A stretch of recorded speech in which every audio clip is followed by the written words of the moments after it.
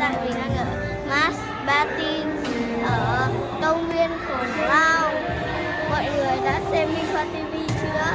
Minh Khoa đã vào đây quay và hôm nay mình cũng sẽ vào đây để quay.